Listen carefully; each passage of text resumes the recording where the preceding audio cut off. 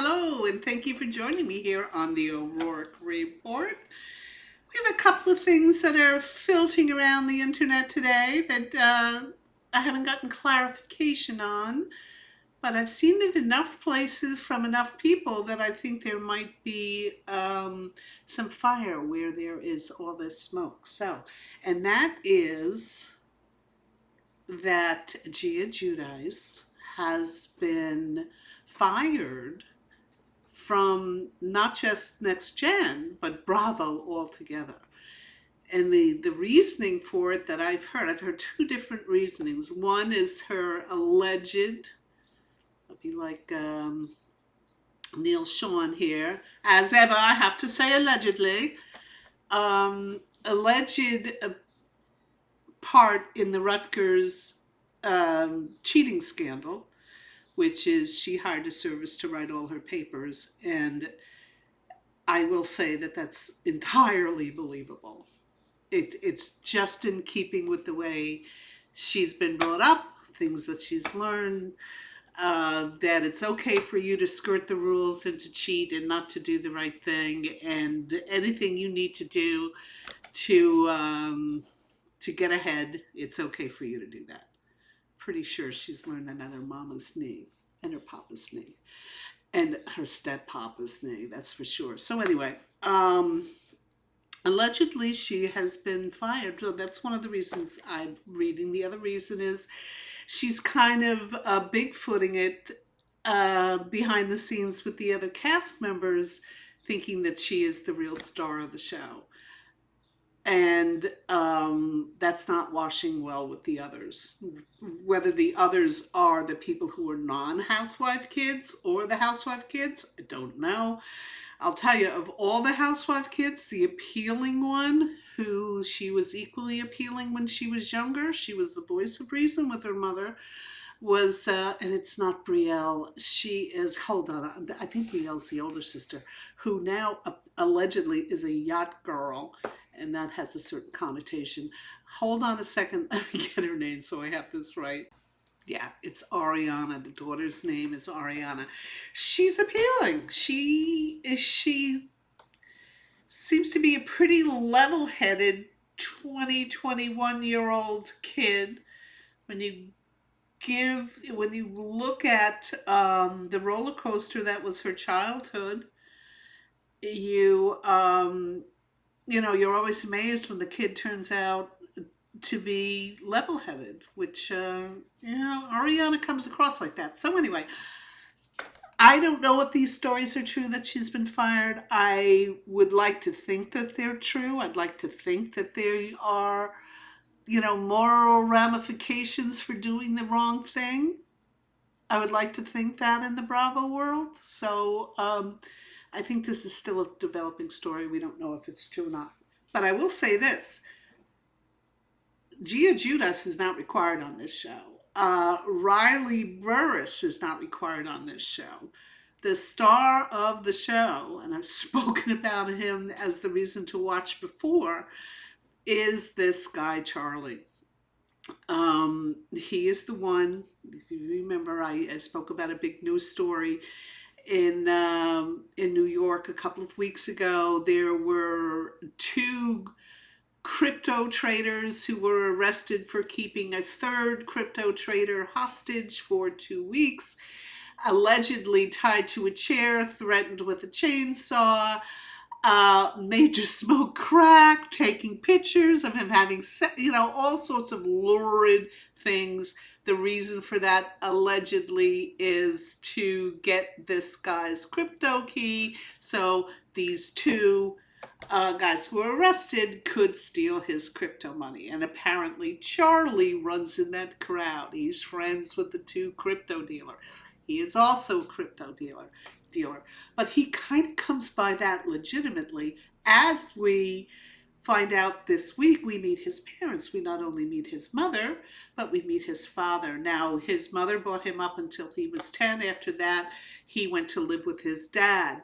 His mother is very much in the artsy crowd. She was dropping names left and right. Oh, Basquiat this and Schnabel that. And so you really kind of got the sense of a very affected mother who, well, at least I didn't see it on the screen. I didn't see any maternal. I think she wanted to treat him more as a pal than she did as a son. Then we meet the father, who we see a picture of him maybe from 20, 25 years ago, and this guy was a stunner. He is still a stunner. He is the type of guy Thomas Wolfe used to write books about. He was a leader a titan on Wall Street, although he's not Wall Street. He is not your branch manager with a teller line banker. He is a very, very, very high level, high producing net worth individual in the banking industry. And the one thing you do find out is that Charlie was brought up uber rich, never had a penny to worry about.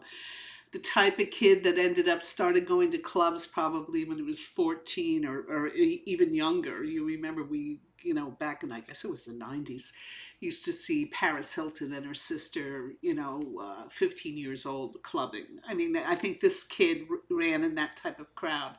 He is... he's now 30, but at the time the show is being shot, he's 29. Most of the other kids are very early 20s. There's a big age gap. There's more maturity with Charlie. He kind of thinks especially the housewife kids are a bunch of losers he doesn't want to have anything to do with. So he's the one I want to know more about. I want to know more about his crowd. I want to know more about him. Let me tell you something. When the camera goes on him, you see every emotion on this guy's face. You know exactly how he's feeling. There's very little artifice with him. He's the one to watch. He's the one I want to see. I don't want to see Gia Giudice try to cop a new gig for her mommy. We had to put up with a pool party at Teresa and Louie's house in Jersey. And I don't want to see it. Who wants to see it? It's Real Housewives of New Jersey 2.0 light. I mean, I don't want to see it. I don't want to see Jersey anymore with Teresa Giudice. Very vocal about that. I'm sure all the tree huggers will go after me, but that's my 2 cents on that subject. So anyway, only other thing I want to talk about here is blah, blah, blah, blah, blah. Oh my God, Jax on the Valley. Do you remember in The Sopranos, way, way, way towards the end, I think it's the second to last episode, it could even be the last episode, Dr. Malfi finally realizes that all these years of therapy for Tony Soprano really did nothing, because all that happened in those years was Tony, as a true sociopath, only learned to find out what to say to Dr. Malfi, what she wanted to hear. He learned what she wanted to hear, and that's the role he played, and that's the line he was feeding her. She finally realizes he's a stone cold sociopath, and this has all been an act. So the reason I bring that up is that, God, that was reminiscence of Jax, who followed up this week's episode of The Valley with an appearance on Watch What Happens Live. And while Andy's doing his introductions, also Schwartz was with him, who was strangely mature. But anyway, the camera's on Jax. Andy's doing the introduction. You can see, Jack squirming in his seat, and I thought to myself, is he going to explode? What's going to happen? As soon as he's able to talk, he does this mea culpa, and it's completely rehearsed. It has no depth of real emotion behind it. It is the line. He's pretty sure this is what the audience wants to hear, and he's going to feed it to him. So I never had much sympathy for Brittany for being for marrying him. I can't believe at any point she really believed him. She certainly had years of abuse and lack of support and cheating and all sorts of things. Getting ridiculous size implants. I've said this before. Her implants are literally bigger than her head. There's this little teeny head and 2 massive implants that go up to her neck. The first thing she should do if she can afford it, is get them removed, get a reduction, do something, because they are something that Jax made her do, which she was more than happy to do. Evidently, Jax is the boob man. And she just looks ridiculous. She's also she dresses as though she's 20 pounds thinner than she is. She squeezes herself into outfits that she has no business getting into. So there's a lot of repair that's got to happen there. Unfortunately, as we have learned in the news, their 3-year-old child has been diagnosed with autism. He appeared to be a happy, normal infant and 1 and 2-year-old, and it wasn't until he hit, I guess, his present age, or maybe the last 6 months or so, that they've come to this diagnosis. So, God, it just, I don't think we have any right to see that type of thing on TV. I mean, does that titillate anybody? Anybody get excited about that? I don't think so. Nobody wants to see that happen. And as parents of that child, I mean, when their whole income is wrapped up in being a reality TV star, they are things that get cast aside and thrown to the wayside. And common sense about their son has been one of them. Boy, I'm really sister judgmental today, aren't I? Wow. Okay, drop it, Jax. Sociopath like Tony Soprano. Let's not forget it. Okay. I mentioned Charlie's parents. Oh, the other thing I want to say about Charlie, every once in a while, the camera will catch him, and you're like, ooh, that guy's really good looking. Other times, he just looks like I don't know, a Dennis the Menace type of towhead uh, stoner. I don't know. Maybe he's got potential. Who knows? Okay.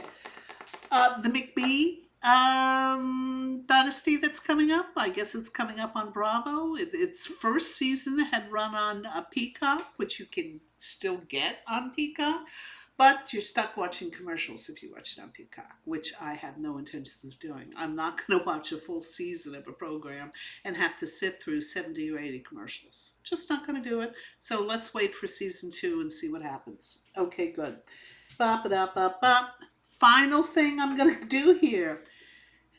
I'm going to mention once again Rachel Zoe, one of my absolute favorites from her show years ago, Bananas. She is now going to be on Beverly Hills, and let's hope, Erica Jayne becomes friendly with her so she can perhaps get some expert styling advice. I don't know who styles Erica Jayne, but he or she should be fired immediately. Everything taken out of her closet and removed, and she should stand there, because Erica Jayne is not pretty. She's beautiful. She can be beautiful.